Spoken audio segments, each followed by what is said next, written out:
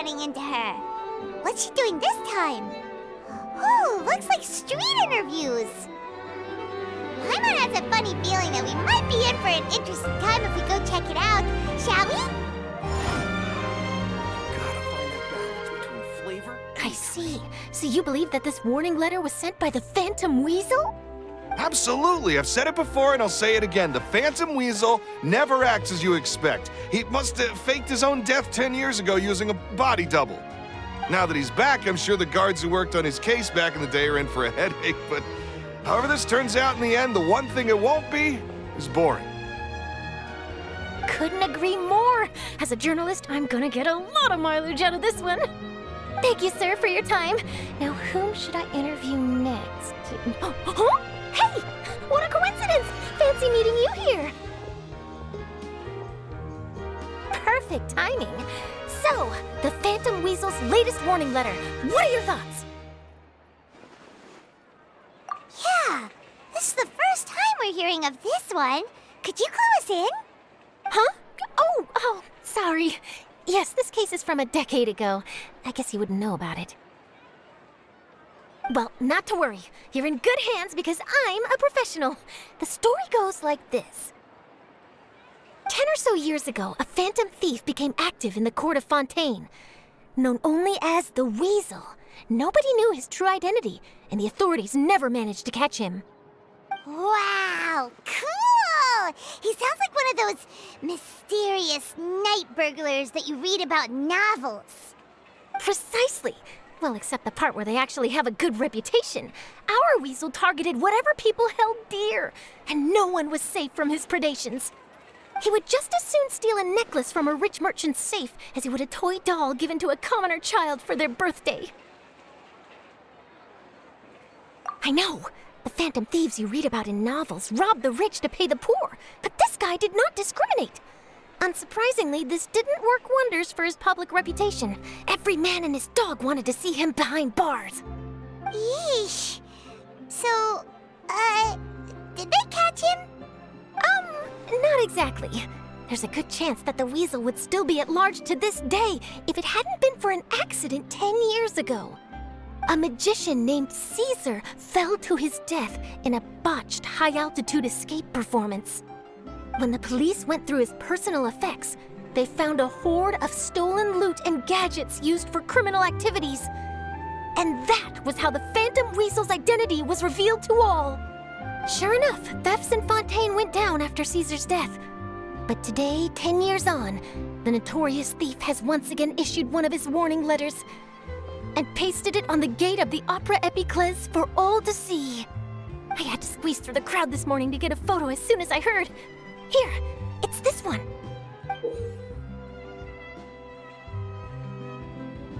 So, this is the warning letter, huh? Let's see what he wrote. 3 days from now, when evening falls, I shall take from you that which you hold most dear at the Opera House, just as you did to me 10 years ago. This is, without a doubt, a clear declaration of criminal intent. After years of laying low, the Phantom Weasel is back with a vengeance. What once seemed like an open and shut case has been blown wide open again. But why has he reemerged now, and what does he want? I sense an epic scoop, and I'm going for it. Uh-oh. If this thief will steal anything that other people value, does that mean even we might be targeted? Really? Oh, let him try. In fact, Paimon's gonna eat all her snacks right now. Let's see what he can do about that. Okay, the people have spoken. It's clear that the public are very concerned about the Phantom Weasel's reappearance. Let's see, I've got a photo of the letter, my interview notes. Yep, that should be enough to form the skeleton of my article. It does feel like something is missing, though. Something exclusive. Who should I interview next? I need someone with a more concrete connection to the Weasel. Is that who I think it is? Lyney! Magic, magician, Caesar! The Phantom Weasel! That's it! Let's go interview Lyney! You see, the original Phantom Thief Caesar was a magician too! And what do Phantom Thieves and magicians have in common? They both have an air of mystery about them. Perhaps there's a connection there. Are you serious? What sort of a deduction is that? Oh, relax! My journalistic instinct tells me that an exclusive news story is beckoning. Let's go! No time for delay!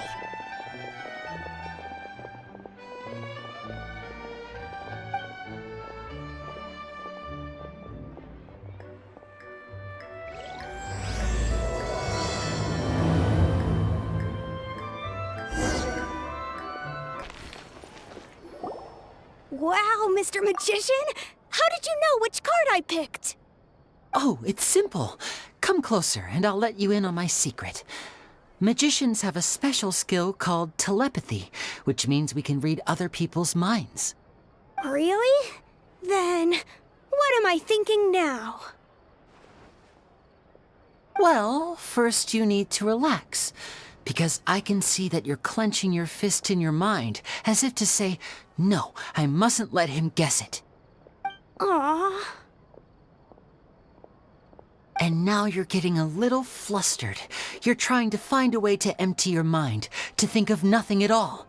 But the more you try to hide a secret, the easier it'll come out. You snuck out from home today, didn't you? You told your family a little lie so you could come out and play. Now, that's not a good habit. You can tell? Oh boy, you really can read my mind. Of course. Oh, and that's the end of my performance. You should really be heading home. Remember to apologize to your family, all right? They must be worried about you. All right, got it. Bye, Mr. Magician.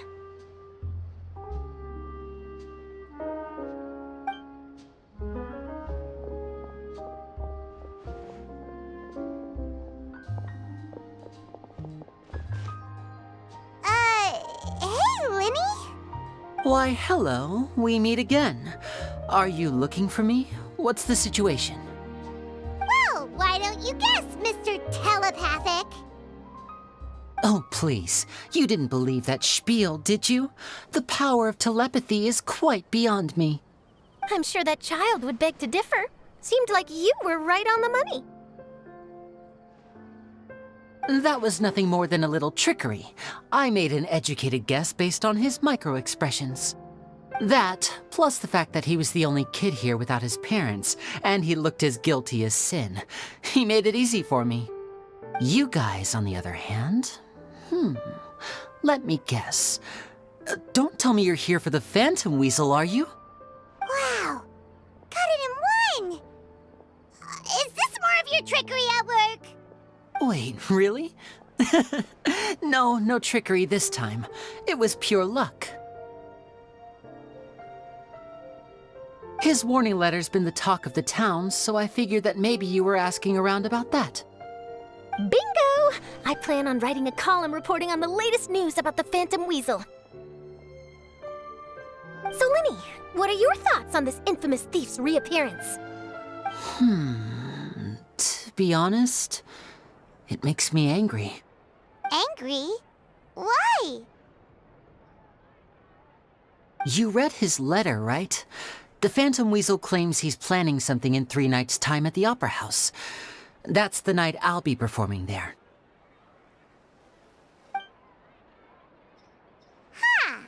What are the chances? Wait a minute, you don't think he's after you, do you? Well, if he is, then his warning is clearly a direct challenge to me personally. And if he's not, then it's still going to be a huge headache for me. The mere mention of the Weasel's name is enough to scare people off. So once the contents of that letter get out, barely anyone will be showing up to watch my show. But I've been preparing for this for a long time. I'm not about to let him ruin my big day. This leaves me with only one choice. I have to expose the Phantom Weasel's identity before the show begins. Really? So what you're saying is, we might get to see a live duel between a famous magician and an infamous thief? Wow, this has exclusive written all over it! To be honest, I'm not sure if I'll emerge the victor. The Phantom Weasel is a notorious crook, infamous for his inscrutable methods. You're being far too modest, Lyney. I think your magic tricks are even more inscrutable than those of a thief. Thanks for the compliment, though I have to say, I don't care much for the comparison. A lot of people liken magicians to thieves because we both have the ability to make things disappear without the person noticing. But there's an important difference that these people overlook. Allow me to demonstrate with a quick magic trick. Here, I have a flower, just an ordinary flower that was picked not long ago. Watch it carefully now. 3, 2, 1. It's gone!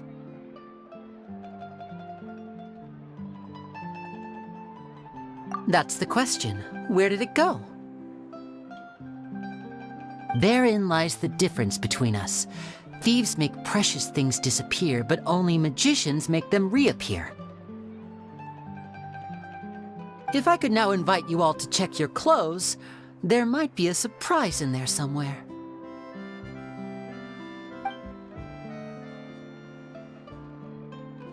A surprise? Let me see!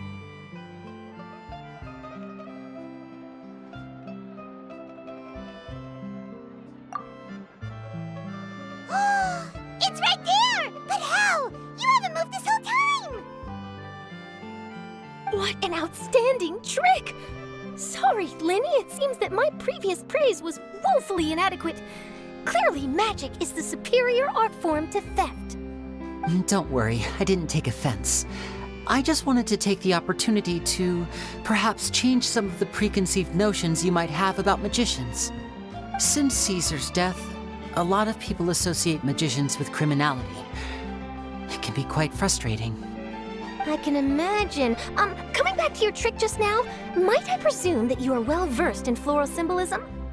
For example, magicians often use rainbow roses in their flower-related performances to represent passion and romantic encounters.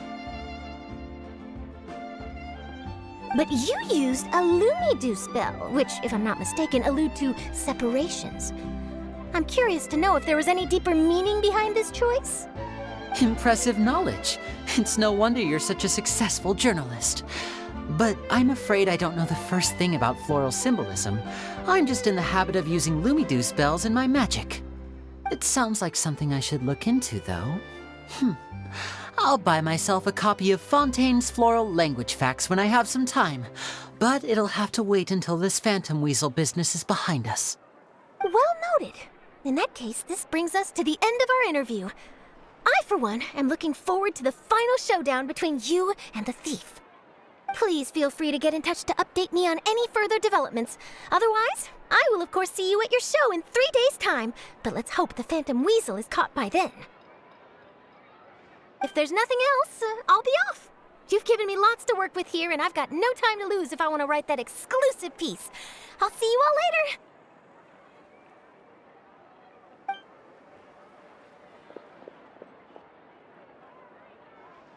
So, Lyney, are you gonna tell us how you did that flower trick now?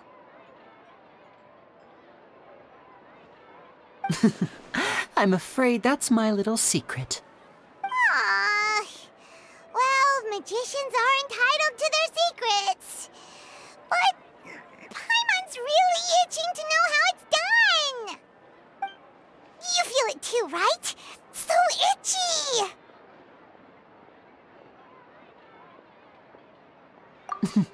Not so itchy then, huh?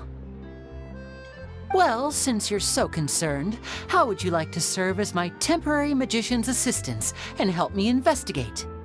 Magician's assistants? Oh, that sounds fun! Assistants are technically magicians too!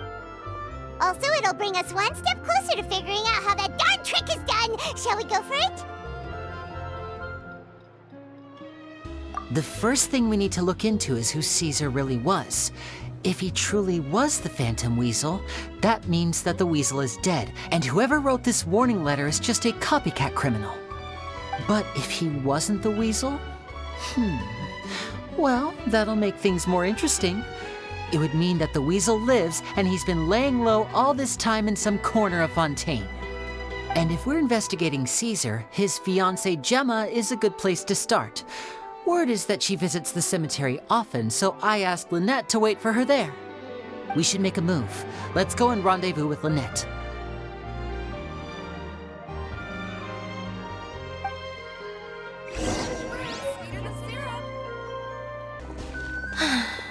You took your time. Sorry, I bumped into the Traveler and Charlotte en route, and we ended up chatting for a while. It's been a while, Lynette. We're working as Lyney's temporary assistants in the investigation of the Phantom Weasel. Thank you. It's good to have you helping. So, what's the situation? Have you seen Gemma? Nope.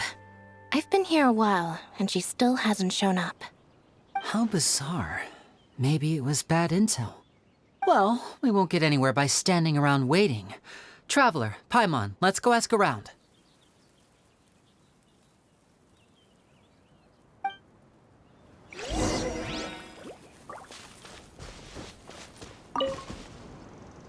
Excuse me, good sir. Do you by any chance know a Gemma? Gemma? You mean Caesar's fiancée? Sure I do. What's this about? I'm just trying to get a hold of her because I need her help with something. I heard she comes here a lot. Yeah, she does. Poor thing. It's no secret why either. She's heartsick. Ever since Caesar passed away, she's been coming here once every week to clean his grave. Often she just sits there in front of his headstone, lost in thought. Sometimes she talks to herself. I asked her what she was doing once. She said she wanted to speak to him again. She knows he's gone and can't hear her from the grave, but she just likes to spend time there, telling her fiancé all about how her life is going. And she's been doing this ever since Caesar passed away? Oh, so 10 years. Wow. Their love must have been really strong. I'll bet. Caesar's reputation fell apart after his identity was revealed, so no one else visits his grave. Gemma's the only one who still thinks about him after all these years. I don't know if the mind lives on in the waters after death, but if it does, I'm sure Caesar must be grateful to have someone who remembers him fondly. If I'm honest, I think this is all so unfair to poor Gemma. Her fiancé was a low-life crook. He doesn't deserve someone like her. Anyway, all of that said, she's running later than usual today. Normally, she'd be sitting in front of his grave by now. I wonder if she's okay. Well, that's everything I know, I'm afraid. You might have more luck asking some other people. All right, well, thanks for sharing all of this with us. We'll keep asking around. You're welcome. I just hope she'll be able to move on one day.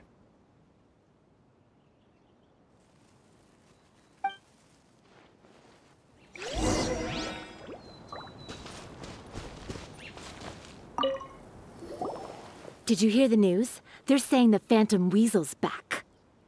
You're kidding. Wait, isn't he dead? I don't know anymore. All sorts of news flying around nowadays. I can never tell what's true and what isn't. But what if, just hypothetically, I mean, what if this weasel's the real deal and Caesar was framed? Called it. Seriously, 10 years ago, on the day it all went down, I said to myself, you know what? This guy's been set up. The Caesar I knew was a good guy. He gave balloons to children on the street, for Pete's sake. What, are we supposed to believe that he was a balloon thief or something? Give me a break.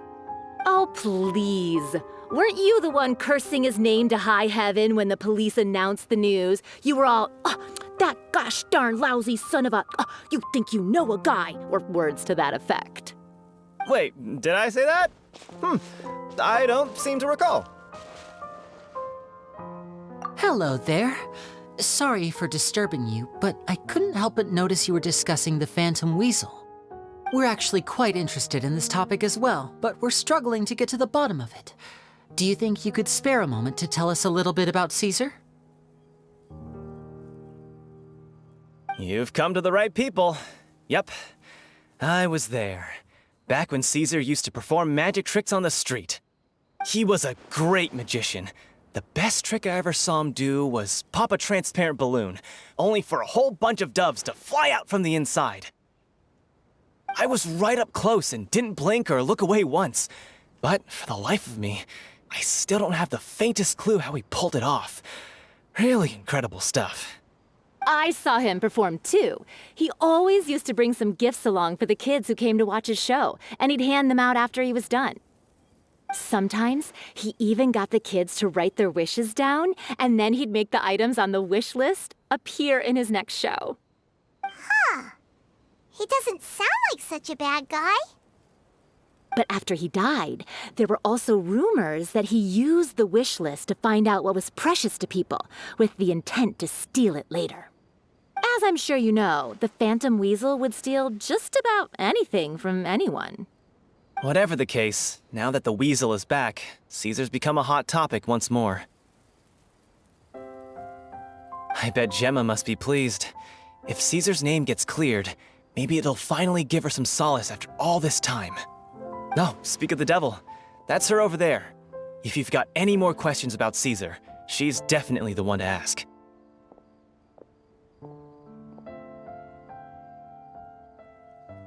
So that's Gemma. Is it just Paimon, or does it look like something's wrong? Wait, it looks like she's injured. Come on, let's see if she's okay.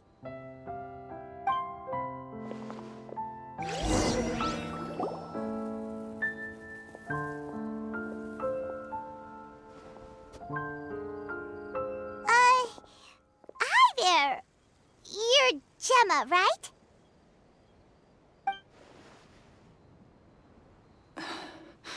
Who's asking? Don't be afraid, we mean no harm. It looks like you're injured. How bad is it? Thanks for your concern, but you didn't answer my question. Who are you, and what do you want with me? My name is Lyney, and this is my sister Lynette. My name's Paimon, and this here's the Traveler. We're investigating the Phantom Weasel. The Weasel posted a warning letter this morning. If he still lives, that means that Caesar was falsely accused. You knew Caesar better than anyone else. So if you're willing, we'd love to hear what you think about all this. I promise you can trust us. We won't hurt you. In fact, we'll do all we can to keep you safe. I never believed that he was the Weasel. Huh. I suspected as much. Okay, so going back 10 years, do you remember anything strange in the weeks leading up to the accident? Did Caesar have a falling out with anyone, for instance? No, not that I know of. Got it. All right, sorry for disturbing you. If you don't have any more questions, please leave. I want to be alone with him.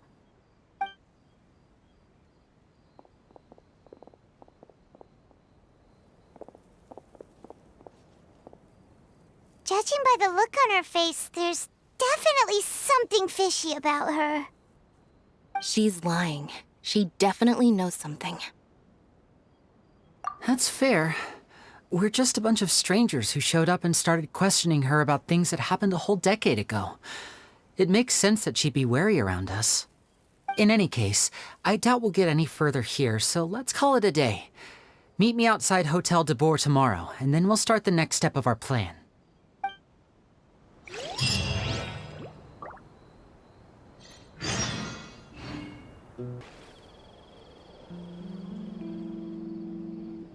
Over here. Lynette's not joining us today? I've had her follow Gemma and see if we can make any inroads with her. They should be at a cafe right now. Still, I don't think that Gemma's likely to open up to us. So, we need a contingency plan. Today, we'll be looking into a guy named Lorenzo, Caesar's former pupil and assistant. When Caesar passed away, all the stolen goods discovered in his home were confiscated and returned to their rightful owners. But Lorenzo was the only one privy to all his magic secrets, and he inherited his craft. Before long, Lorenzo was the next big magician in town, his fame surpassing even that of his master, and it made him very wealthy. He's since left the magic scene though, and these days, he's a wealthy businessman with his fingers in a lot of different pies. I had to pull a lot of strings, but I managed to get him to agree to a couple of drinks with me. Be warned though, I hear he's got a hair-triggered temper. We'd best be careful.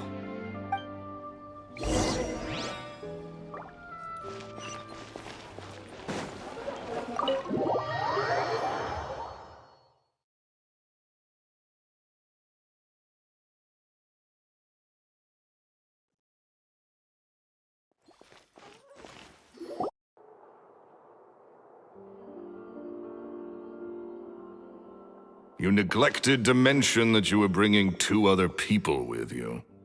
My apologies. These 2 are my assistants. When they heard that I was meeting with the former magic maestro himself, they begged and pleaded with me to bring them along. And if it's no trouble, a couple of autographs would really make their day. Oh, forget the pleasantries, just sit.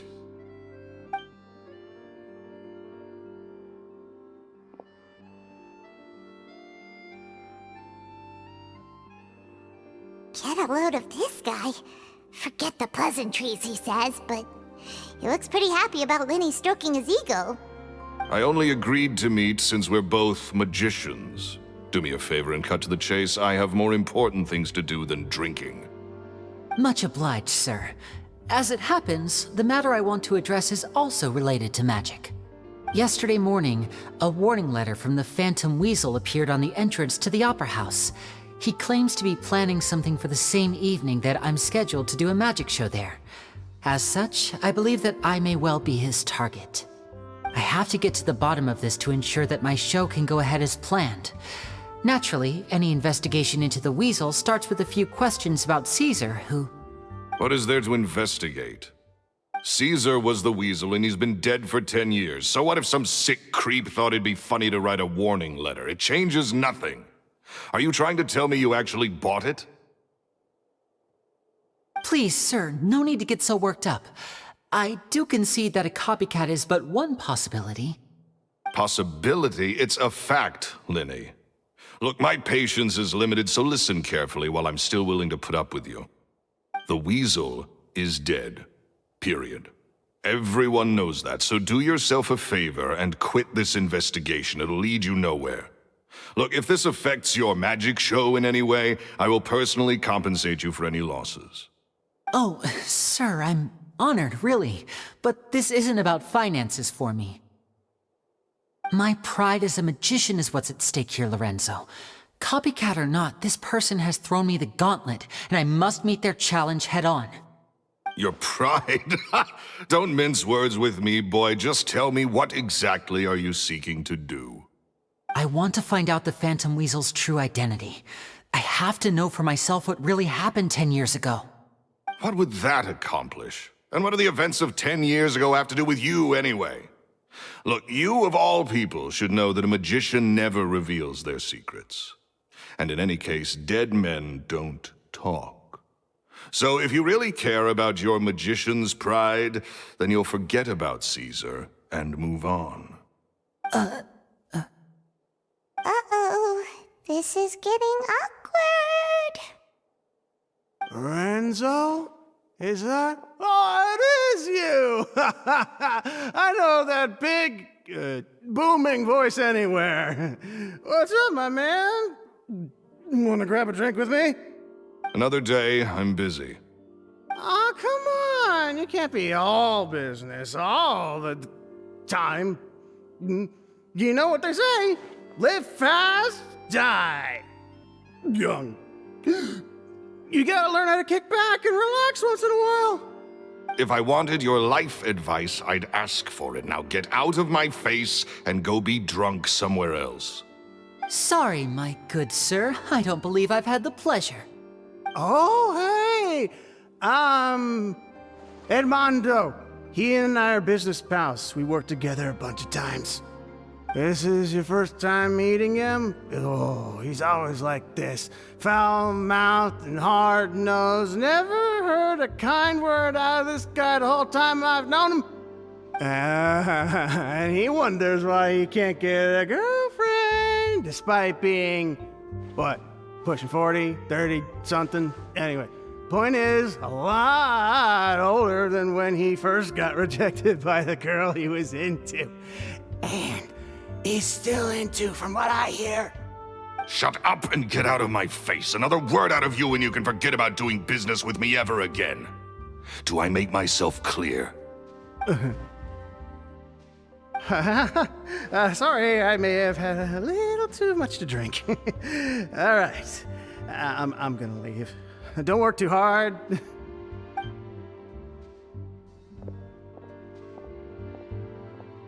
I think it's high time I made a move as well. If you really want to investigate this, Lyney, be my guest. But if nothing good comes of it, don't say I didn't warn you.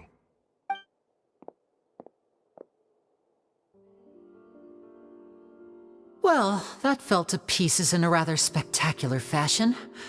Any thoughts? Totally. And what was all that about compensating you for your losses? Why would someone you just met make an offer like that? He's gotta be hiding something. And not like Gemma. She was a little suspicious, but this guy's definitely covering something up. I think so too. We need to look into Lorenzo more closely. That guy Edmondo seems to know a thing or two about him. He only just left. Let's see if we can catch up with him.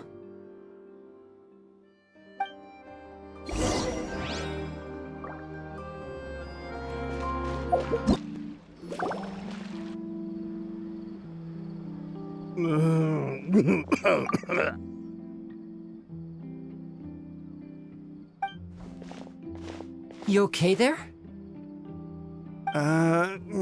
Who are you? Oh, it's you guys. Don't worry about me. I must have had one too many. I just need to ride it out. I said way too much back there, didn't I? Yeah, I nearly talked myself into complete financial ruin. Note to self, no more drunken chats when Lorenzo's around. So he was serious about threatening to cut you off? Ugh, Paimon knew he was a bad egg. Hey, keep your voice down. Don't go prying into Lorenzo's personal affairs. Bad things happen to people who ask too many questions or make an enemy out of him. What kind of bad things? Don't even ask. I'm sorry. I'm gonna have to cut this conversation short. I'm not crossing that line again. And take it from me, trouble with Lorenzo is one thing you don't need in your life. You saw him flare up back there. I don't know what you said to him, but clearly it touched a nerve. That's not a good sign. You're too young for this. Don't get in over your head. I'm leaving.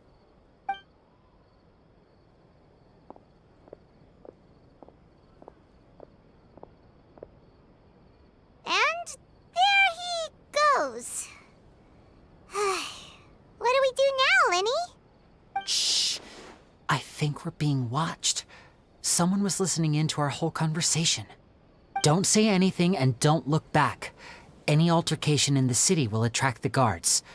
We'd better take this elsewhere.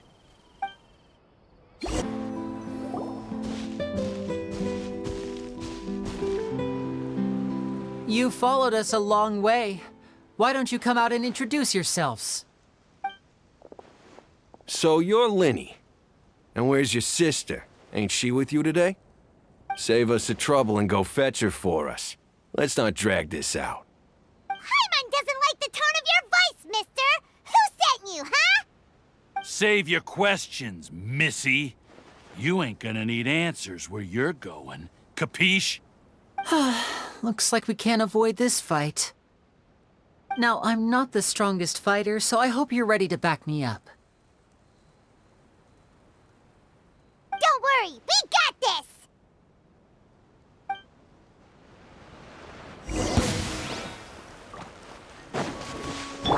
Buckle up! Hi! Gather! Hey! I will have order! Curses. They're tougher than we thought. Vision wielders are always trouble.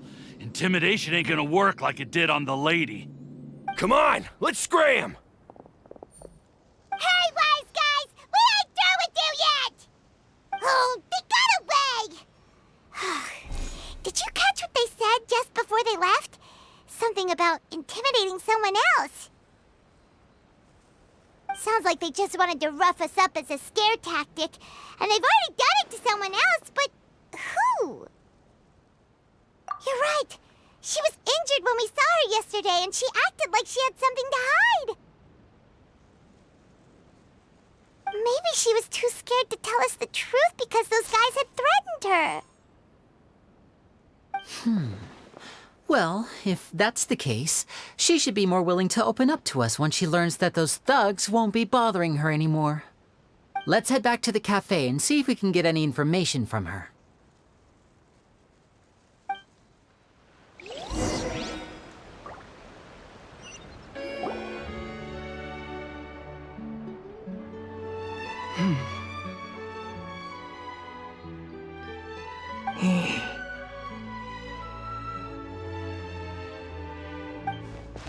Gemma? You again. What is it this time?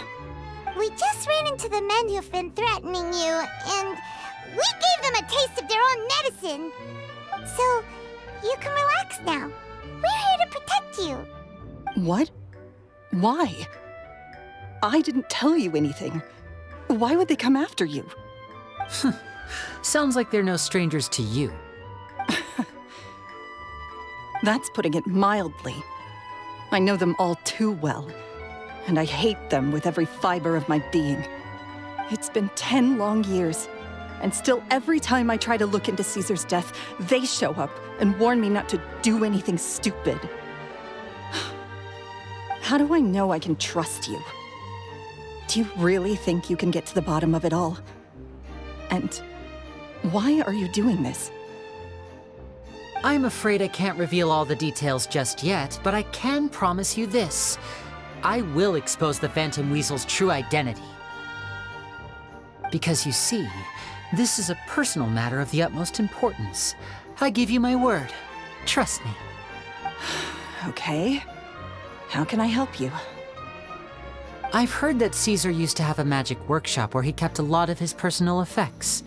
If possible, I'd like to take a look at them. Do you know where it is? The Fleuve Sonde. But the place was sealed up by the police after his death, and no one's been there since. I also know that the Fleuve Sonde is dangerous territory. Lots of hostile groups lurking around. If you're serious about going there, please be careful. Understood. Lynette, you stay here and take care of Gemma. Don't let her come to harm. Got it. But if I'm staying here, I'm ordering dessert. I mean, bon appetit. But stay sharp, too. They're likely to come for you while I'm away. Okay. All right. Power saving mode off. I'll start taking this more seriously now.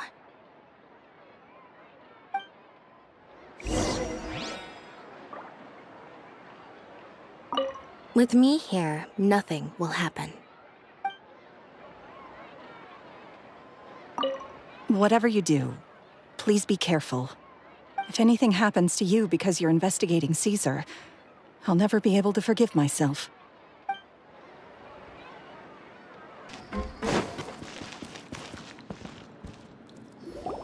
If Gemma gave us the right location, then the workshop should be right nearby. Looks like these boxes are blocking the entrance. Let's shift them away first. There we go. It should be just down here.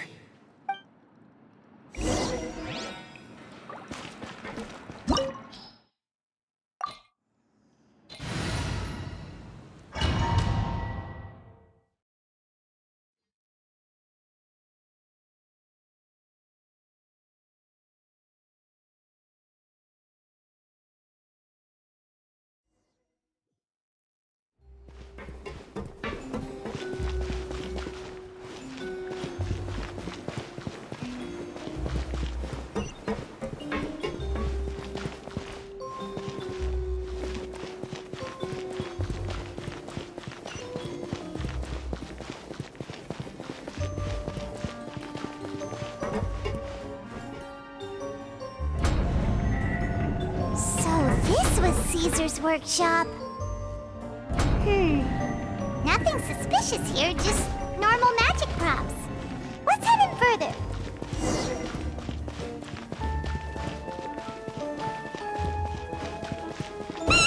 What was that? Oh, is this one of Caesar's gadgets? Guess we must have triggered some sort of device.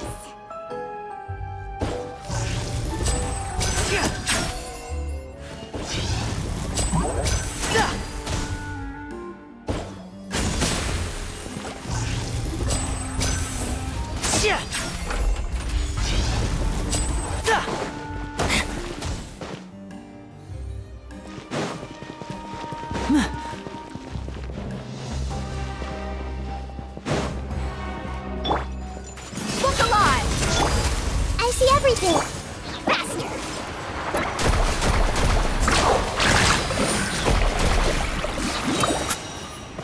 Whoa. Look. The doll in the box is glowing.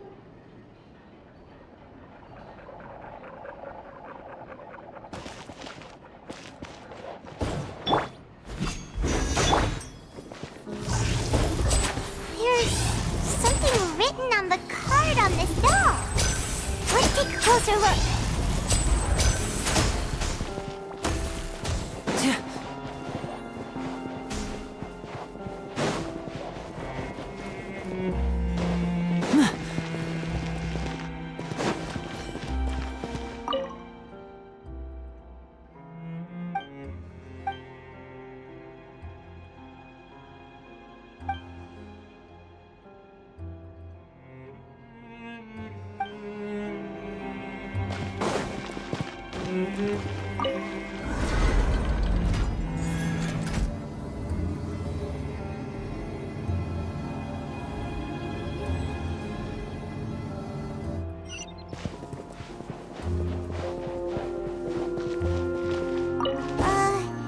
These magic boxes are moving.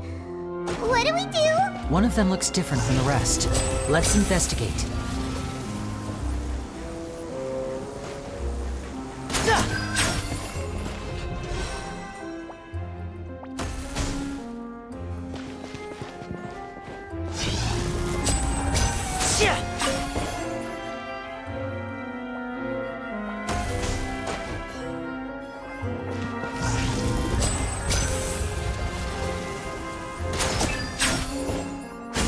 Got it. We're supposed to find the box that lit up at the start, right? There should be another wish list inside. Let's keep trying.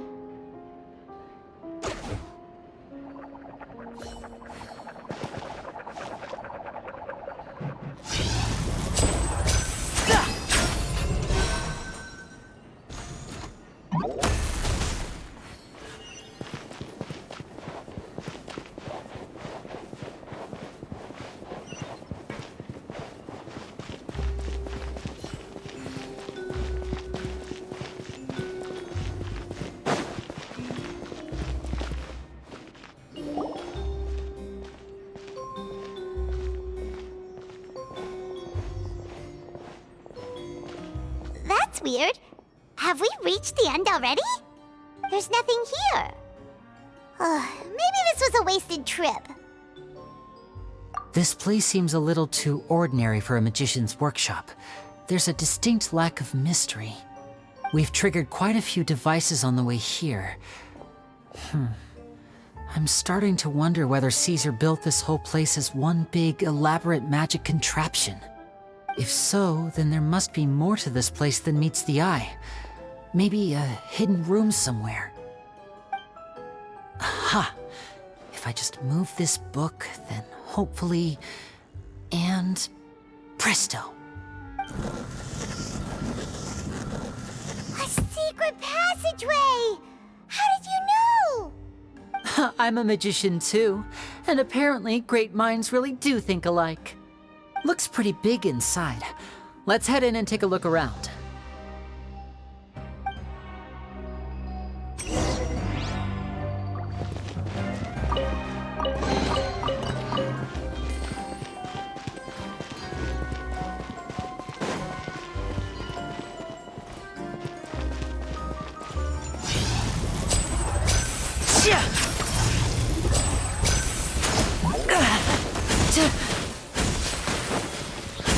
disappear!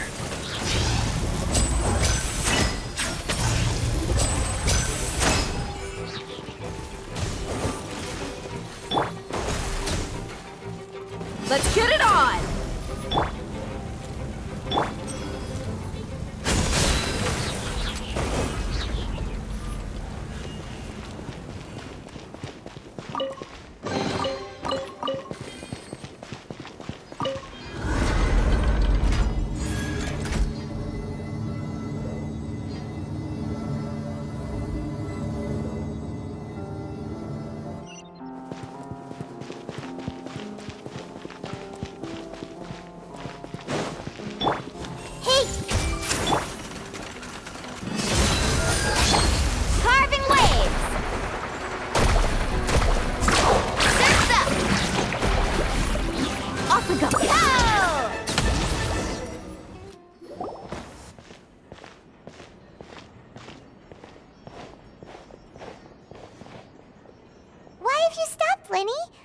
Is there some device in that box?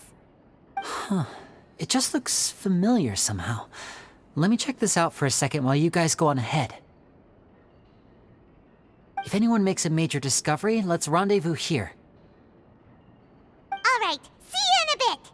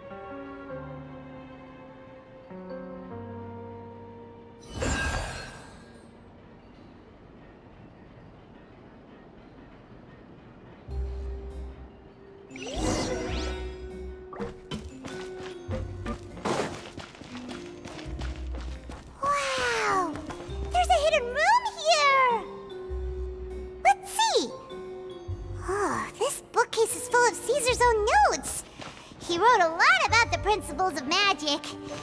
Whew. Much too advanced for Paimon. Hey, look! Is that Caesar's diary on the table? This book's thick as a brick! Let's take a peek inside it, shall we?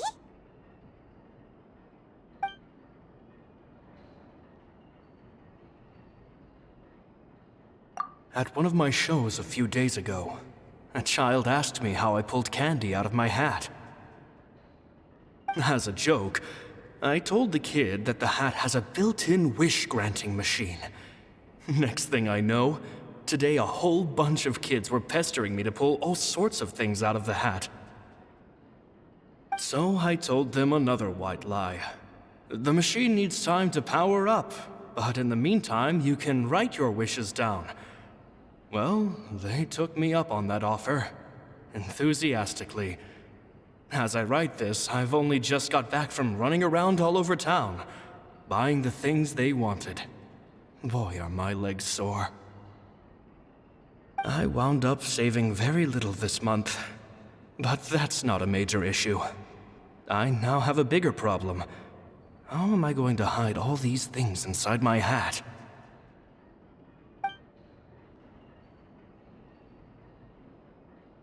Two children came to talk to me after today's show. I don't know why they were out on their own. They looked much too young to be unsupervised. I do hope they got home safely. Anyway, they said that they wanted me to teach them how to do magic. It's not uncommon for children to ask this, of course, but I've never seen any of them as serious about it as these two. I told them that learning magic is very hard work, but that didn't faze them at all. It's like they already knew. They seemed so committed. I couldn't turn them down.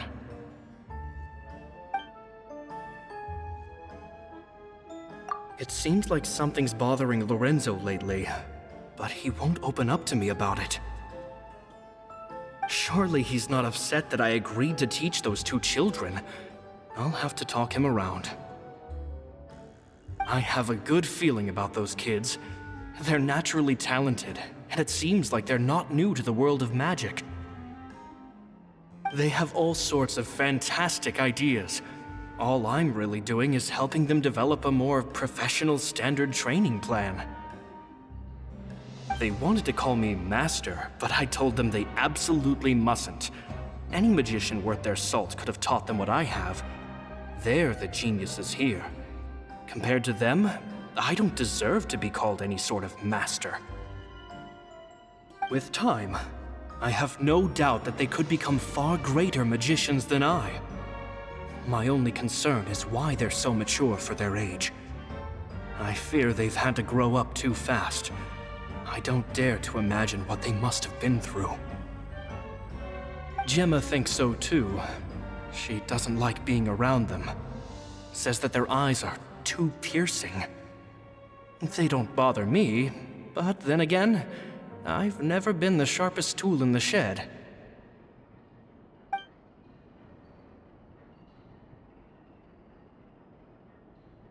It's nearly time for me to go on tour. I asked the two kids if they'd like to come with me, but they shook their heads. I once overheard them talking about their father and their mission. Sounds like their parents have other plans for them. I guess we'll be parting ways soon. It's only been 10 days since I first met them, but I think that I've gotten a feel for their personalities now. They're very tough, but also very cautious, and they trust no one but each other. This, I fear, is not a good habit to have. They hide things from me too. For example, when I asked them where they live and why they wanted to learn magic, they lied. That's the thing about children. Whenever they're trying to cover something up, it always shows somehow.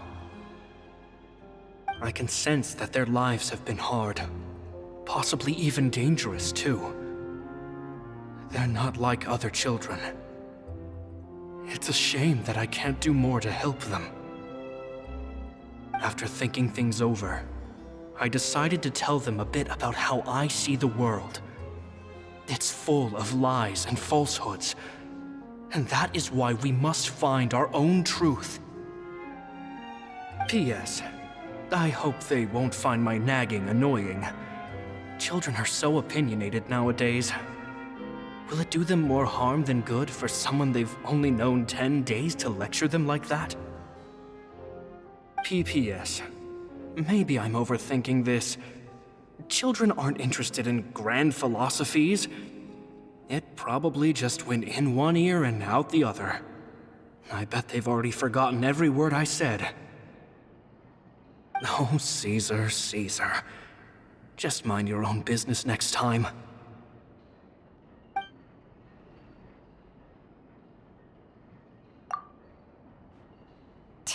magic geniuses with a father and a mission, huh?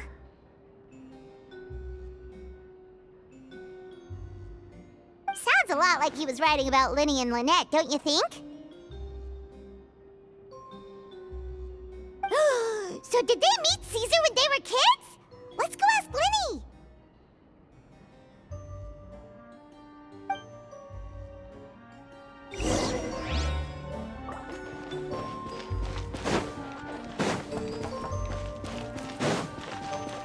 Let's ride!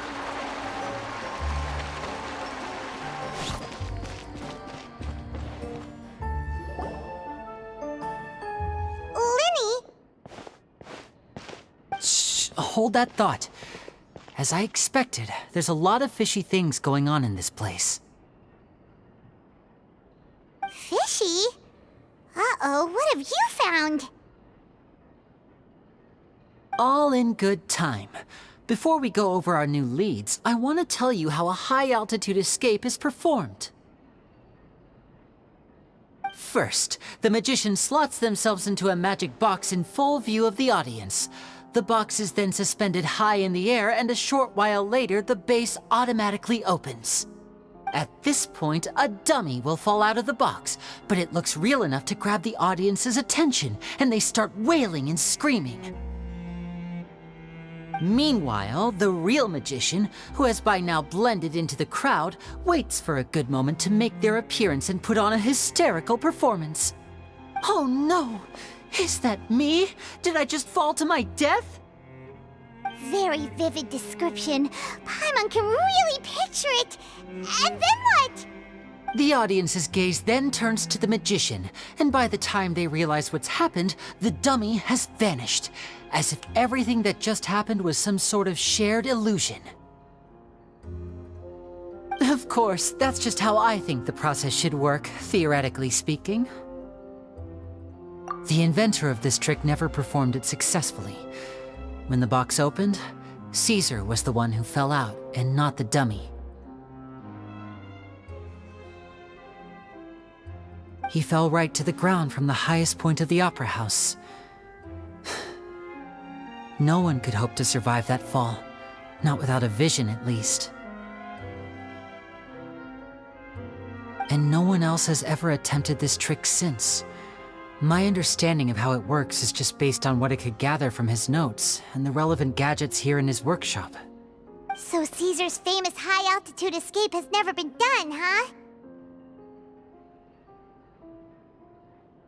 Paimon was about to say how cool it would have been to see it in person, but if it's that dangerous, it's probably for the best that no one else tries to do it.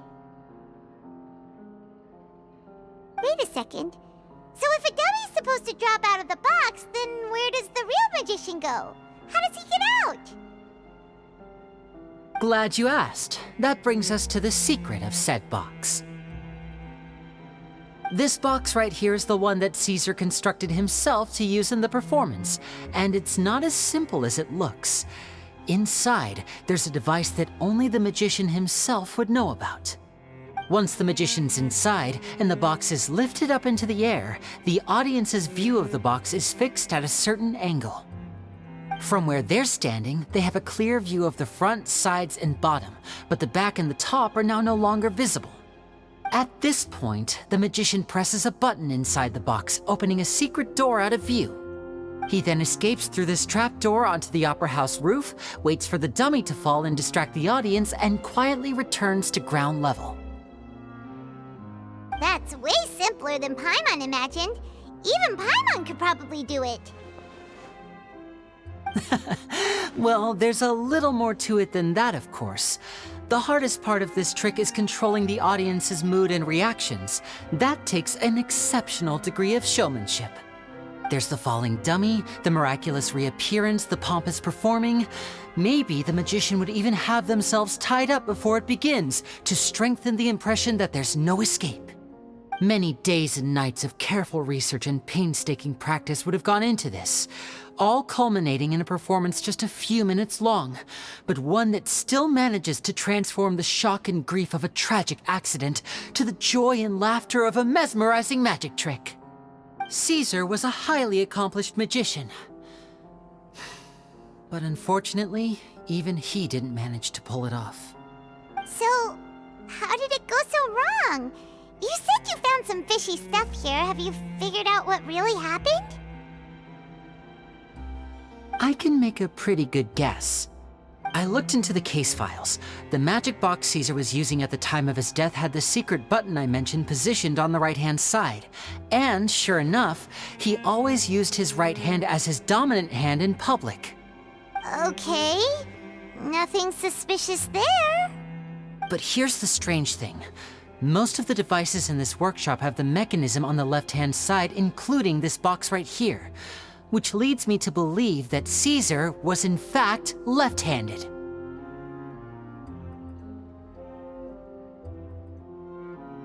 Because a magician can't afford to have their most basic habits stand out too much.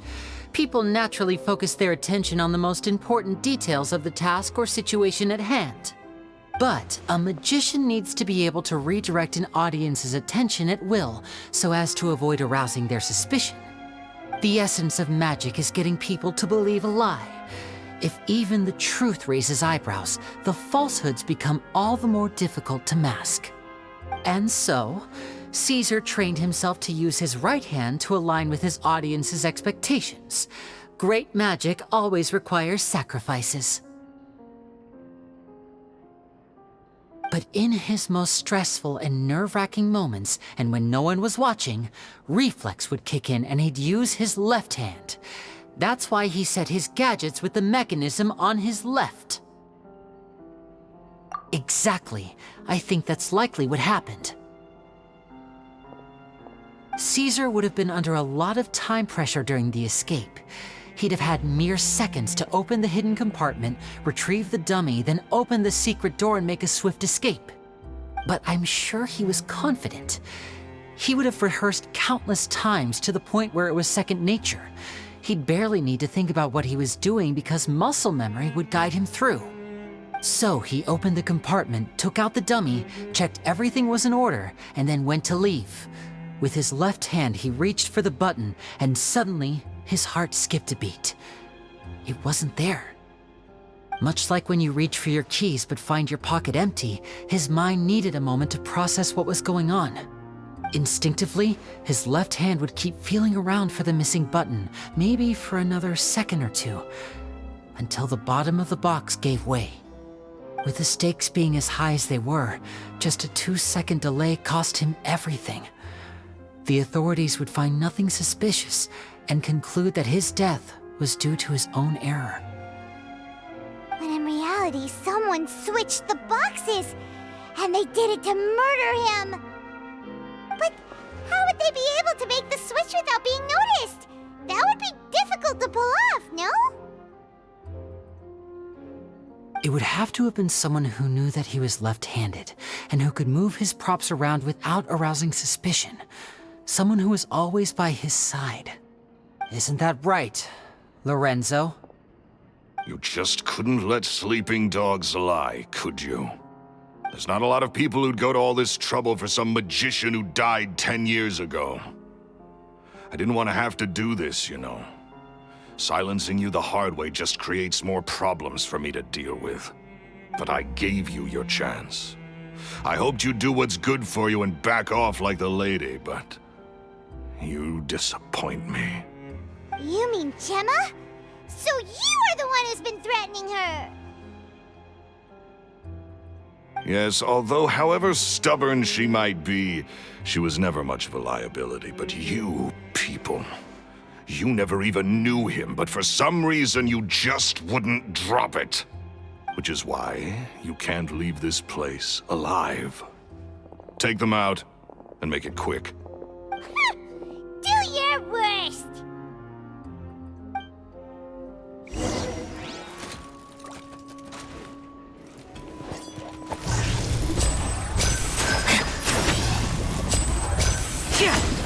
And voila! Book alive! Ha! Catch an epic wave! Faster!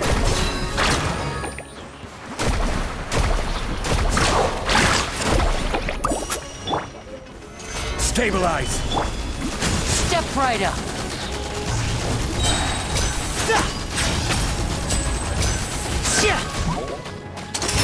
Here comes the finale.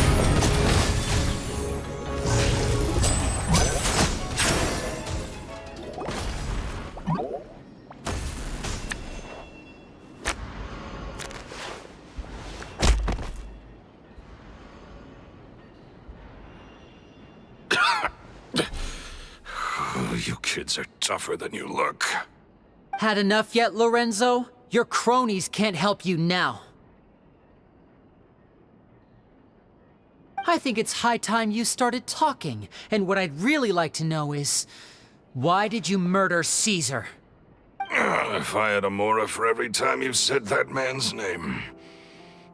Of course you idolized Caesar, everyone else did. But I was the real genius magician. Me! He was just an amateur who did cheap tricks for gullible children. I was the one who made magic into the fine art it is today. The aristocrats doffed their hats to me! So it was jealousy. Jealousy. Hatred, more like. I hated Caesar. All he cared about was his magic. He lived and breathed it. He poured everything into his street performances and his stupid tours like it was just a hobby to him, never bothering to think about Mora. What sort of fool devotes their life to the art of deception and never has a Mora to show for it? But the people loved him, didn't they? Oh, how they looked up to him. No one gave me a second look. All I ever heard was, "Oh, your master's amazing, isn't he?" Amazing. Yeah, so amazing that he was completely broke.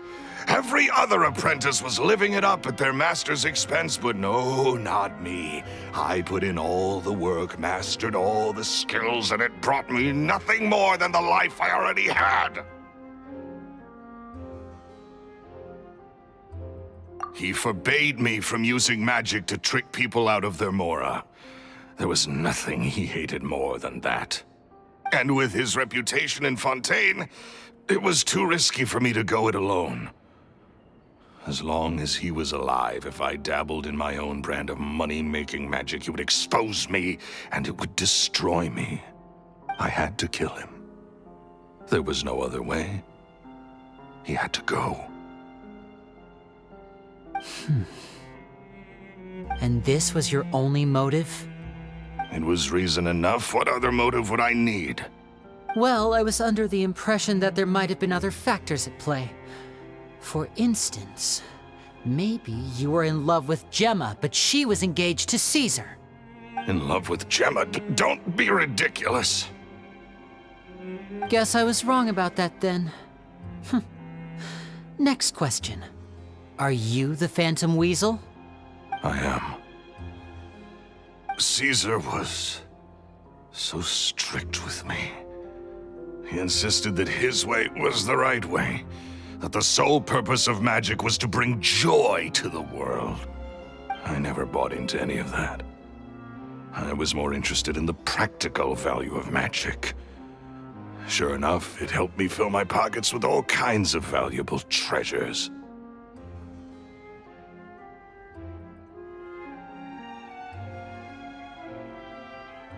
Oh, yeah! Charlotte told us that the weasel would steal whatever people valued, no matter how much he was worth.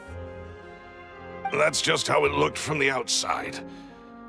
What would any thief want with second-rate loot? I've only ever targeted high-value items. I stole cheap things as a way of practicing my craft.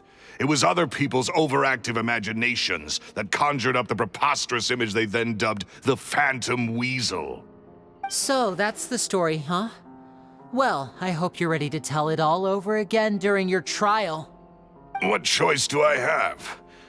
You're a pack of wolves, and you've got me between your jaws.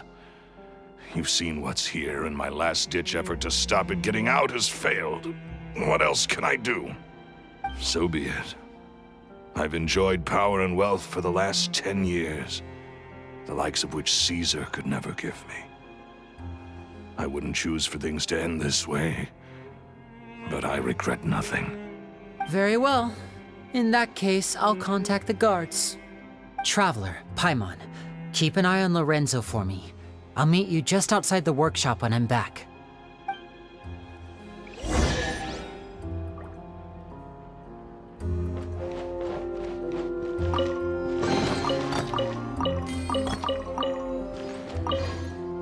At least I can finally stop looking over my shoulder now. Surfboard?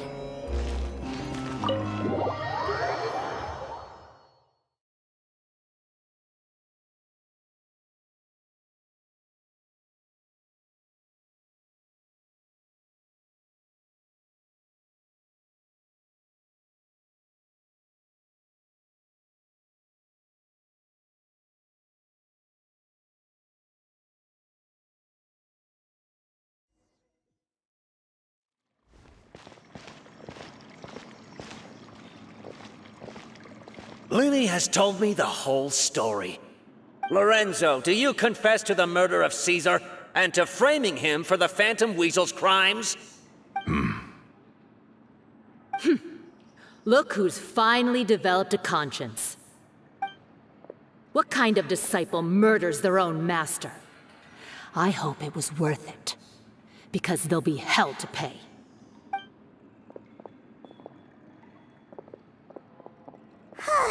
Looks like it's all over. What should we do next, Lyney? Should we start preparing for your show? Let me think. Let's rendezvous with Lynette and Gemma first. With Lorenzo in custody, Gemma will no longer have to fear for her safety. Good point. We should go tell Gemma the good news right away. It'll give her some peace of mind for sure.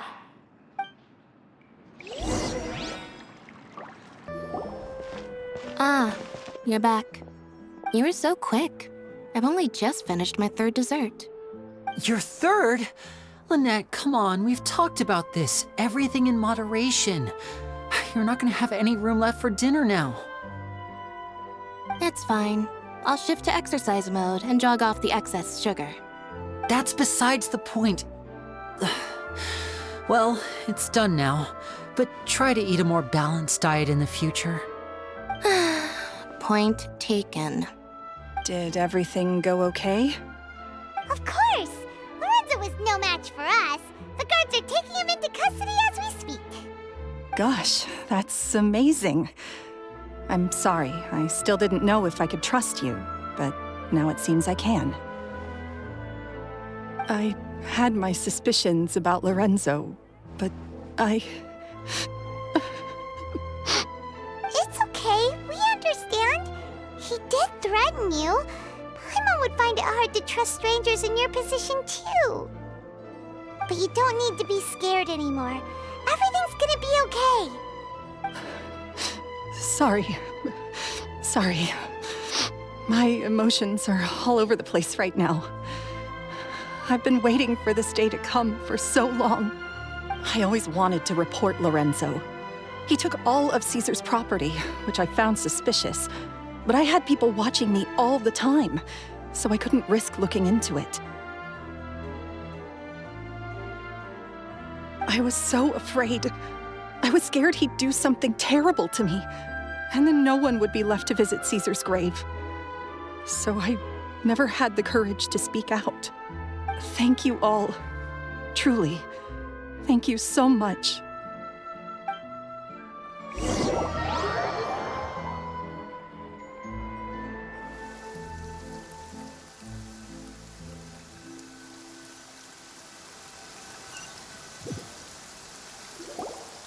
Thank you all for clearing Caesar's name.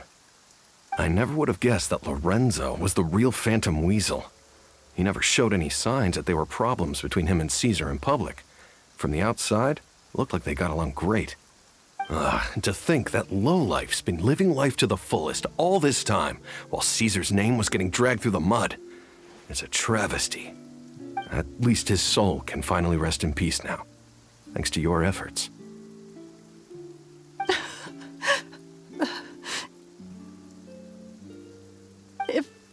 If only I'd realized before it was too late. Don't blame yourself, Gemma. This isn't your fault. Yeah, you still have the rest of your life to live. Caesar wouldn't want to see you spending it feeling guilty.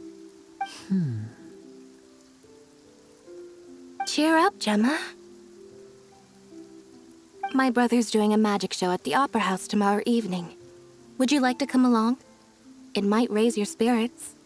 This show will be a special one. We're holding it in Caesar's honor. In Caesar's honor? Really? Oh, thank you. I'll be there. Great. We'll see you tomorrow evening.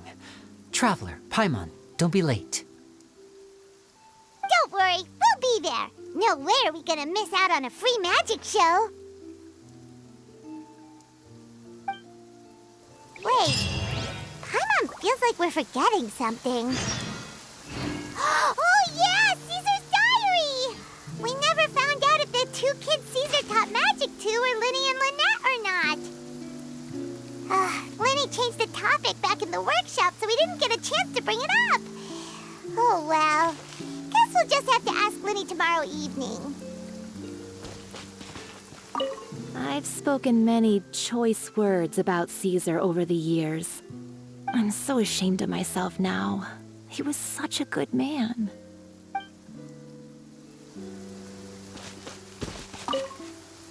I can't believe Lorenzo was intimidating Gemma all this time. He comes around here sometimes. Not to clean Caesar's grave, though. He just stands off to the side and watches Gemma from a distance. She must have known, but she never asked him to leave. I wonder why that is.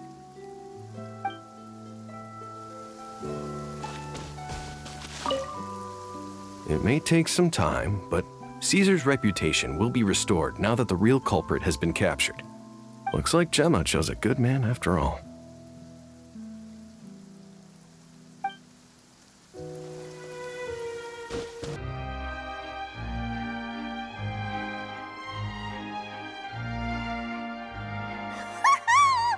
Paimon's excited to see another of Lyney's magic shows! Wait. Lynette, shouldn't you be on stage by now? Not this time. My brother's going solo today. So I'll be watching with you. Good evening, ladies and gentlemen. I hope everybody's ready because the show is about to begin. The great magician Lyney has prepared a spectacular show for us all tonight, concluding with an all-new grand finale that no audience has ever seen before. Wow! A new trick! Thank you all so much for coming. Now, prepare to join me on a journey through the mystical and miraculous.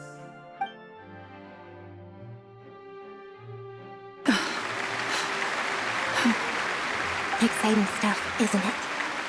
Yes, it's just... It reminds me of him.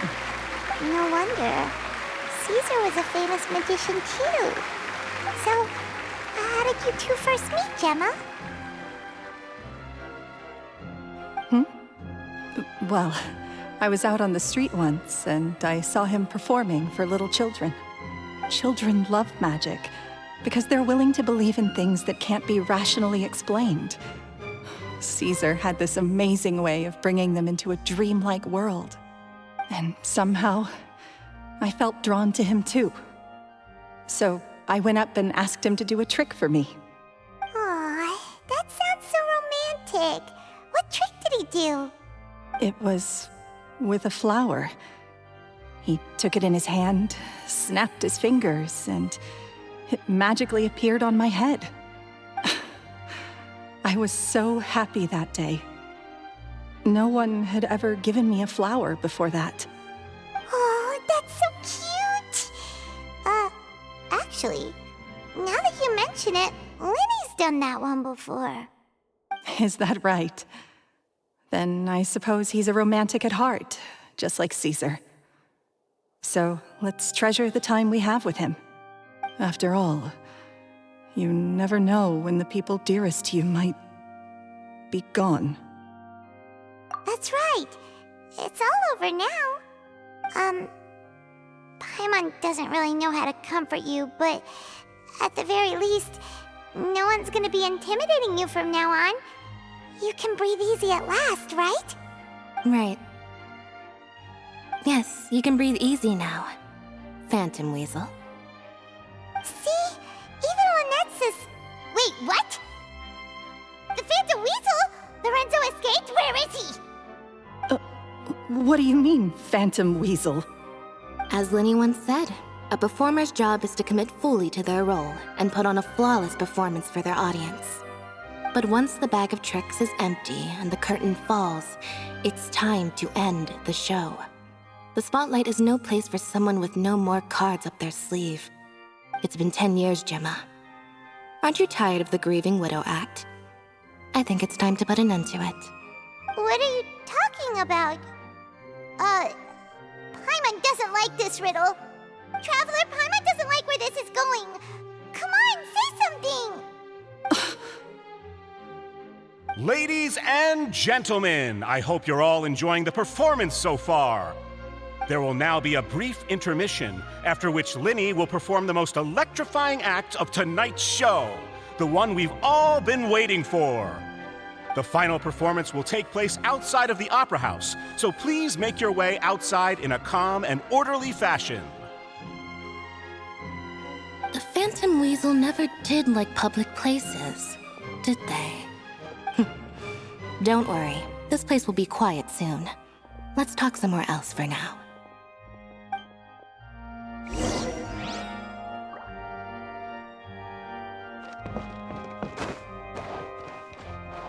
Carving waves!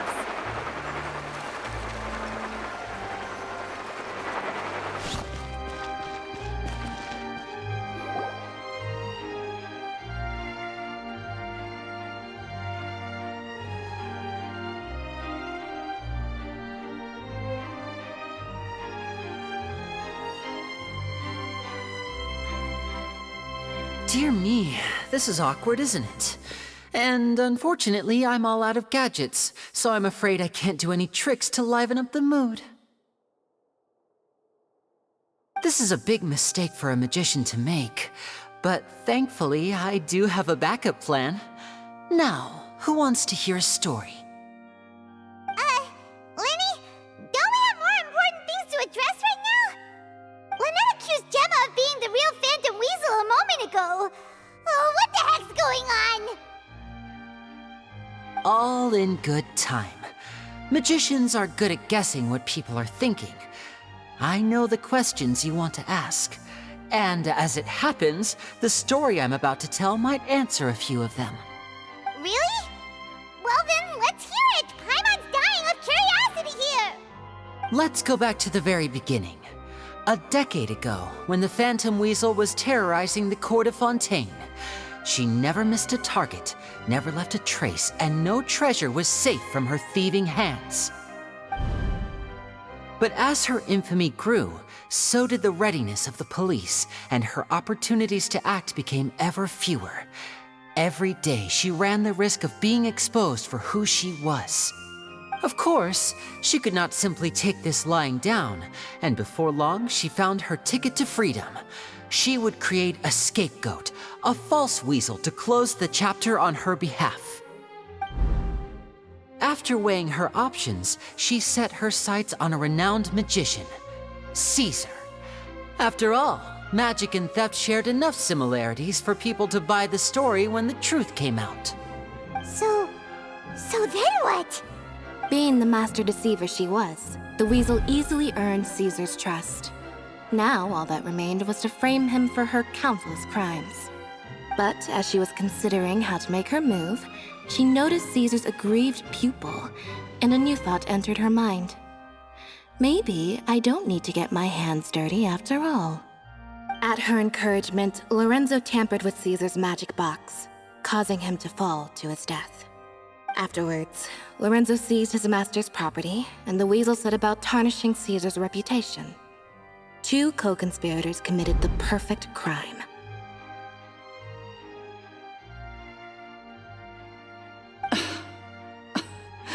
I've got to hand it to you.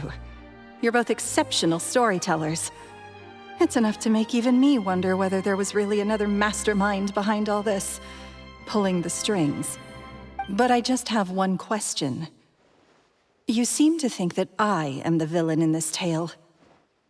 What's brought this on, Lyney? Is it something that Lorenzo said? Don't worry, Lorenzo said nothing at all. But I never believed that he was the weasel, and in fact, my investigation only made me more certain of that. He was too forthcoming with his confession, as if there was something else he was trying to hide. How disappointing. So you'd sooner trust Lorenzo than me, even without a shred of evidence? A magician is an expert at playing the audience to get the result they want. And I have no doubt that you, Gemma, are equally talented in this regard. With a little help from Lorenzo, you put on a very convincing performance. The lovesick fiancé, whose devotion to her betrothed is unshakable, even under threats of violence. Caesar was maligned and hated by all for 10 years, but you? Everyone sympathized with your plight. Who would suspect for 1 second that the lovely young lady always seen weeping in front of Caesar's grave was actually the mastermind behind his demise? No, not that poor lady. Perish the thought. Wait, so you mean the whole intimidation thing was just a hoax? Gemma and Lorenzo were both in on it? But why would Lorenzo agree to that? And why didn't he sell her out even at the end instead of admitting to being the weasel himself? Yes, why indeed? Maybe Gemma herself could enlighten us on that question. Well, Lyney, if you're so confident in your version of events, then I think the answer should be obvious. Having killed Caesar with his own hands, Lorenzo was plagued by overwhelming guilt. Revealing the Phantom Weasel's true identity would serve no purpose. But if the Weasel remained free, then she could take care of Lorenzo's loved ones. An excellent answer, though sadly a little dull. Is that right? Well, don't let me bore you. If you'd care to change the topic to something more interesting, I'd be much obliged. As a matter of fact, there's one thing I'd really like to understand. Why would the real weasel have targeted things that only have value to other people? Could you shed any light on that? Of course. After all, we're just telling stories here, aren't we? If I had to guess, I would say that the real weasel must have had a terrible childhood. Left to fend for herself after her parents died young. Betrayed, scorned, beaten. She'd scrounge waste paper from garbage bins to draw on, using twigs and dirt for lack of ink and pen. She'd sew ugly rag dolls from whatever scrap material she could get her hands on. This was her only source of happiness in life. But it was all she needed, and she was content. Until the world decided that even this was too good for her. Once again, she was betrayed. And this time, everything was taken from her. She felt like life was a miry pit that dragged her further down the more she struggled to escape. At that tender age, she should have been happy. Instead, she stood in the shadows and watched with envy as all good things in the world passed her by. This was a fate too cruel for anyone to bear. Her pain became a breeding ground for dark thoughts. Thoughts which festered and grew into a twisted solution to her troubles. I detest the happiness of others, in all its forms alike. I will rob them of everything they hold to be good and true, and it will fill the void in my soul. That's some pretty heavy stuff. Now it all makes sense. Does this story satisfy you, Lyney? Yes, it is quite to my tastes. Thank you for helping to clear up my confusion. Huh. That's right. What drove you to write that letter, Gemma? What were you trying to achieve there? Because without that, none of this would have ever come to light. She didn't write the letter. After 10 long years, I'd hoped that the Phantom Weasel would be consigned to the history books by now. But it seems like someone still wasn't ready to let her finally be at peace. Lyney. Or should I call you the Phantom Copycat now? You were the one who posted that letter outside the Opera House. But why?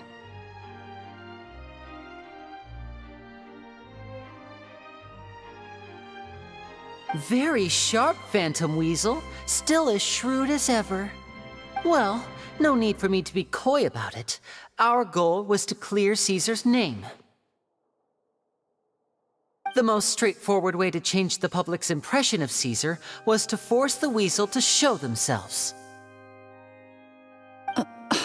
That's it? You had no other agenda? Of course we did. We made it quite clear in the letter, I believe.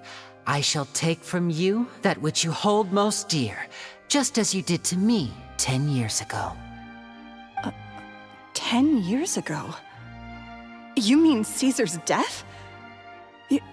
You met him? Wait. Oh, I get it. You were those two obnoxious kids. It's been so long, and you're all grown up now. I didn't recognize you. He taught you magic back then, didn't he? For what, 10 days or something? And you went to all this trouble. Why? Because you feel like you still owe him something? We remember all our debts, however great or small. 10 years ago, Caesar's reputation was torn to shreds and his legacy was thrown out. 10 years on, and no one cares what the truth is anymore. But we did not forget, and so we came to find you. And? What exactly did you take from me? I'm still standing, as you can see. Lorenzo has admitted to everything. I'm free. Free? Do you really think so? Caesar once told me that even though the world is filled with lies and falsehoods, we must find our own truth. I think that applies to you too. Truth can take many forms. Prized possessions with nostalgic value, fervent hopes and dreams, and irreplaceable people. Life took many things from you, and those wounds never healed. When they ached unbearably in the dead of night, stealing became your way of numbing the pain. What are you trying to say? I'm saying that for the last 10 years, you've been living a rather uneventful life. Perhaps that's because you found something other than a life of crime to fill the hole? Back to Lorenzo for a second. He murdered his own master, played along with your act, and took pains to make sure any suspicion would be directed towards him. But what did he have to gain from all that? He knew who you were and the things you'd done, and despite that, he was willing to give everything up for your sake. He's the reason that you haven't felt the compulsion to steal in all these years. You're more than just accomplices in murder. You're the only real friends each other has. So I think you know, deep down, that he is the only truth you have in your life. But that truth is gone now, and I guarantee you, you'll never see it again. Congratulations on your freedom, Gemma. Your freedom will cost you dearly. From now on, you'll be all alone in a world full of lies and falsehoods. I do hope you'll be able to bear it. You've still got a long life ahead of you after all. Gather round, one and all. The time has now come for the amazing Lyney to perform his final act in tonight's show. I'm sure you're all wondering what he has planned for the grand finale. Well, wonder no more, for the answer is a death-defying high-altitude escape. A high-altitude escape? I'm sure you all remember the magician Caesar. This was the very trick that led to his fatal fall. after which he was dubbed the Phantom Weasel. But we have now learned that Caesar was wrongly accused, and that the real Weasel has now confessed to their crimes. Guess that's my cue to leave. Whew. I've been practicing this one for ages now, but I'm still a little nervous. Traveler, Paimon, I hope you enjoy the rest of the show. There may be a lot of people watching tonight, but you alone are my true witnesses.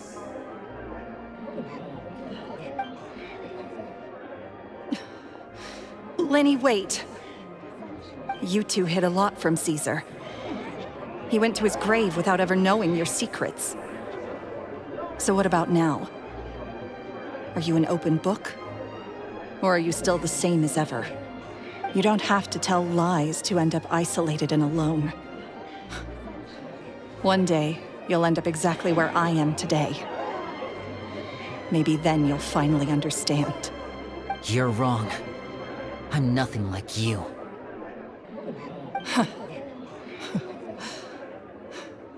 So, what are we, doing now? Like Lyney said, when you're ready, let's head outside and watch the show. But what about Gemma? She'll figure out what's best for her soon enough. Oh, and if you'd like to see Lyney after the show, you know where he'll be. The usual haunt. All right. Well, let's go and watch Lyney's finale then. This trick's a pretty dangerous one, but he should be able to pull it off, right?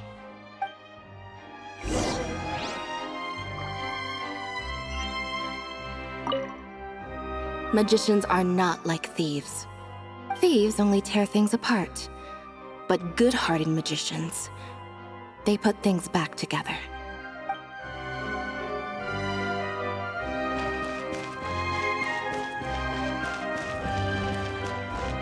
Let's ride!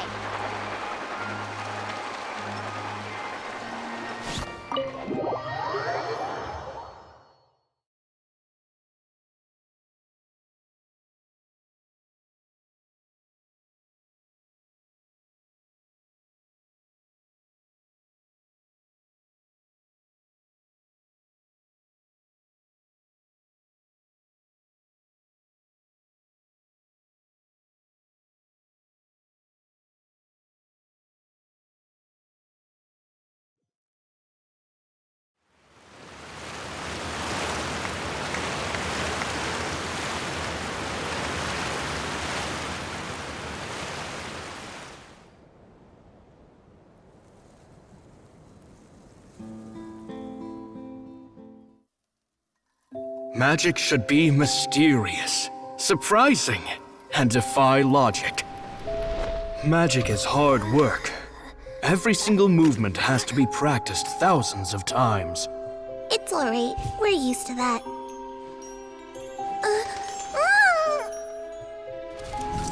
We're sorry. You've taught us so much, but we can't tell you the whole truth. It's okay. Do you still remember what I told you?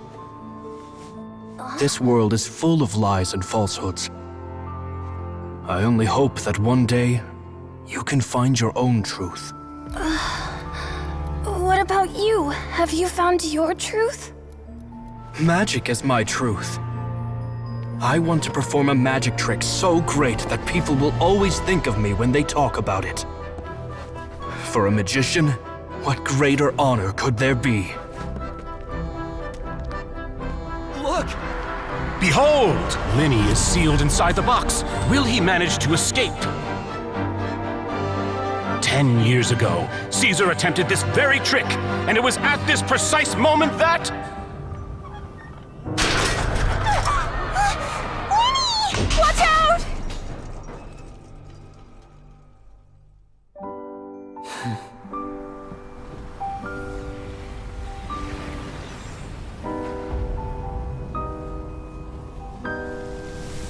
Mysterious.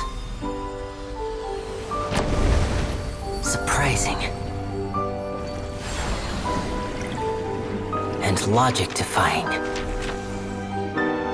Isn't that right? This honor belongs to you, Caesar.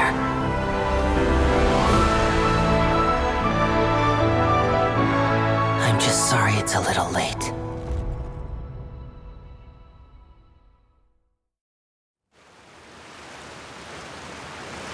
Did you see that? 1 minute he was falling, and the next, he turned into flowers. How could he possibly have done that? How mysterious. I didn't blink once. He just vanished right in front of my eyes. What a heart-stopping magic show! This was really worth the trip. Caesar's name has finally been cleared, and Fontaine's new star magician Lyney has fulfilled a wish on his behalf. Oh, I couldn't ask for a better grand finale. It will make a great headline for the Steambird tomorrow, even if I do say so myself. Whew. Looks like everyone really loved Lyney's grand finale. Paimon doesn't see Lyney anywhere. Where'd he go? Oh, Lynette said he'd be waiting for us at the usual hunt. But, where is that? Oh, you mean the one where Caesar's buried? Yeah, that's probably it. This whole magic show kinda seemed like Lyney's way of saying goodbye to Caesar. So it makes sense that that's where he'd be afterward. Alright, let's go look for him there.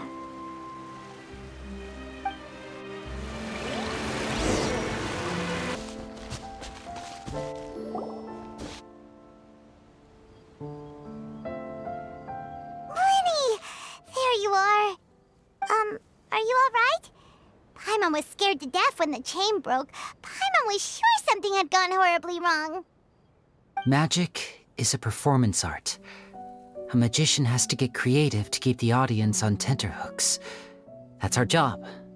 So I tweaked Caesar's original setup a little to keep it fresh. I was honestly a little nervous during the live performance. The thought of falling, suddenly feeling weightless, seeing the sky and the ground spinning and spinning. Sometimes, I can't help but wonder what Caesar thought in those final moments. Did he regret taking Gemma and Lorenzo on? Or did he believe that it was his own slip-up right until the end? You know, Paimon's been wanting to ask you about something ever since we were in Caesar's workshop. You learned magic from Caesar once, didn't you? When was that? After I joined the House of the Hearth. To be honest, Lynette and I had an agenda when we approached him. I told you about my past before, remember? As a young boy, I survived by secretly learning magic from street performers. I'd watch their tricks and try to figure out how they were done. But I quickly realized that observation alone could only get me so far. What I saw was the polished final performance, but the rigorous training they put in behind the scenes remained invisible to me.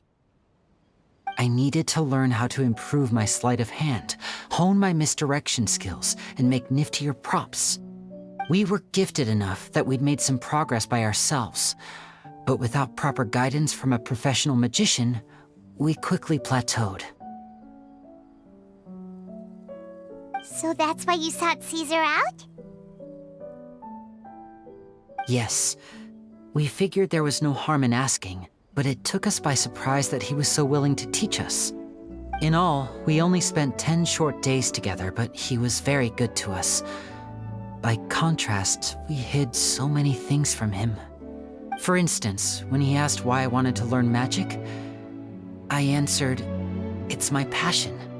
But in truth, there was already a lot more to the story by then. After being taken in by an aristocrat for our magic talent, then betrayed soon after, this was no longer about me doing what I loved. What amazed me was how the lie escaped my lips even as I was hesitating over whether to tell him the truth. Trust is a beautiful thing. Sadly, I'd forgotten how to trust by then. Lyney. Still worried about the way I feel? You really are a gentle soul, aren't you? But don't worry, I'm used to it now. From the mansions of the elite to the House of the Hearth, lies and selfishness have followed me and Lynette everywhere we go. After Caesar went on tour, we became busy with our missions. The next we heard of him was that he'd fallen to his death, and was now declared to be the Phantom Weasel. That night, I remembered his smile. But as I lay there, I didn't know what to say to him. To keep secrets is to put up walls. The longer you keep them up, the less you let people in.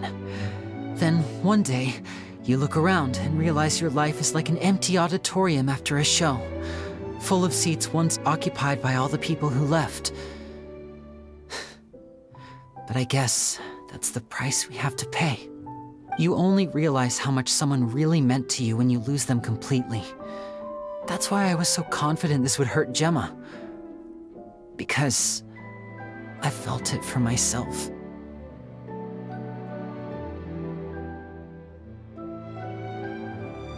Yeah, cheer up, Lyney. We've had to say our fair share of goodbyes during our journey, too. But whatever happens, Paimon always believes in what tomorrow brings. Delicious food, fun toys, and the Traveler by my side. Paimon just needs to focus on things like this, and all the unhappy stuff goes right out the window. You know, Traveler, doesn't that kind of make you Paimon's truth? Exactly. It's the same for me and Lynette. We are the truest thing each other has in the world, and nothing can replace that. Life has taken plenty from us, like it did from Gemma. But at least it left us with each other. That's what gave us the strength to get through the darkest days. That's why the darkness never consumed me, and why it never will. Maybe we live in the shadows too, but we remember every precious ray of light that shines through. All right, time to lighten this conversation up a little. What did you think of the show tonight? Were you happy with it? It was amazing! Paimon just wishes we hadn't been so distracted with the Gemma situation. We spent most of our time in the Opera House just talking and pretty much missed the entire first half of the show. Lyney, could you do just one more trick for us? Whoa, that's a bit of a tall order, I'm afraid. The show's just finished, so my sleeves are decidedly card-free right now. Aw, come on! Surely you can think of something. The Lyney Paimon knows can do anything if he puts his mind to it. Oh, all right then. I'll give it a go, but only because it's you. Watch closely. I have a flower in my hand. You liar! There's nothing in your hand! We ain't going along with this! Huh? My goodness, you're right. But I could have sworn I brought one here with me. Okay, try this. Count down with me. 3, 2, 1. 3, 2, 1. Now, have another look around. Maybe the flowers appeared somewhere else. Really? Let's see. Wow, there it is! Oh, this is a different flower from the last time, right? This one's called, oh yeah, a rainbow rose. But more importantly, Paimon has to know how the trick is done. Please, Lyney, pretty please! Well, if you want to learn magic, you'll have to start by addressing me as teacher. Ugh. Fine. Please, teacher, please! Since you asked so nicely, I'll share one little tip with you. Namely, the student of magic cannot solely rely on others being prepared to reveal their secrets. You have to observe, think, and find the answers for yourself. Is that it? Look at the time. We shouldn't linger here too long. Thanks again for coming to see my show. I bid you both good night. I look forward to seeing you again. All right, fine. See ya. Shall we head back now, too? Oh, Paimon can't wait to read The Steambird tomorrow. Paimon bets Lyney and Caesar will be plastered all over it. Let's head to the Steambird's offices tomorrow morning and see what we can find out.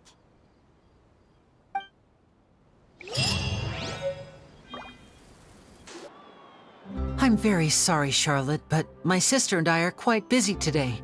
I'm afraid we'll have to decline this interview. Oh, please, Lyney, I'll only take a moment of your time, if you would be so kind. Huh? What's happening here? I spent all night writing my piece about the Phantom Weasel, and it was going to go to print this morning.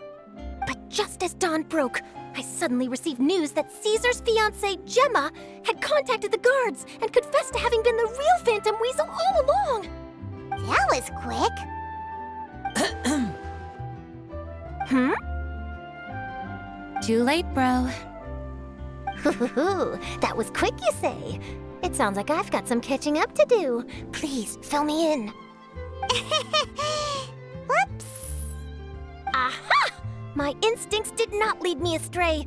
You do have something to hide. Gemma turning herself in must have something to do with Lyney's performance last night. Maybe watching my high-altitude escape trick reminded her of a better time with Caesar, and she could no longer ignore the voice of her conscience. Huh. Okay, then. Wait, no, there must be more to it. If that's all it took for her to have a change of heart, how did it take her 10 whole years? Well...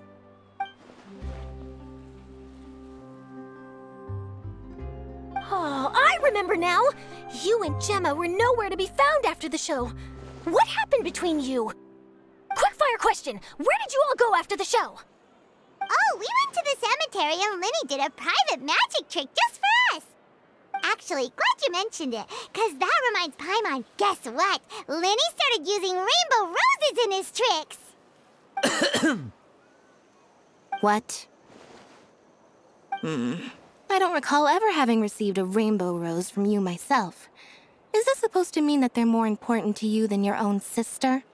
No, I just,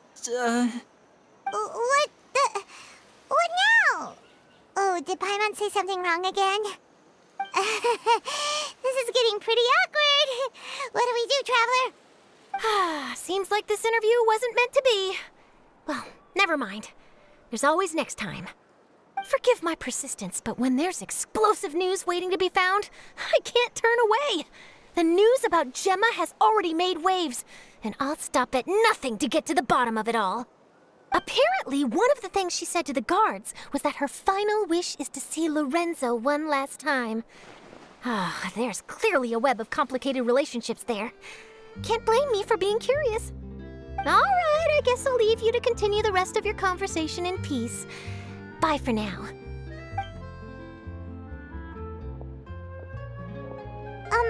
Lynette?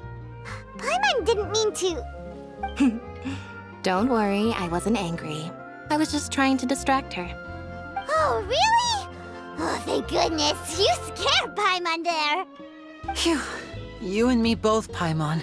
You and me both. At least it did the job, right? Please, take good care of that rainbow rose. I'd be really upset if you lost it.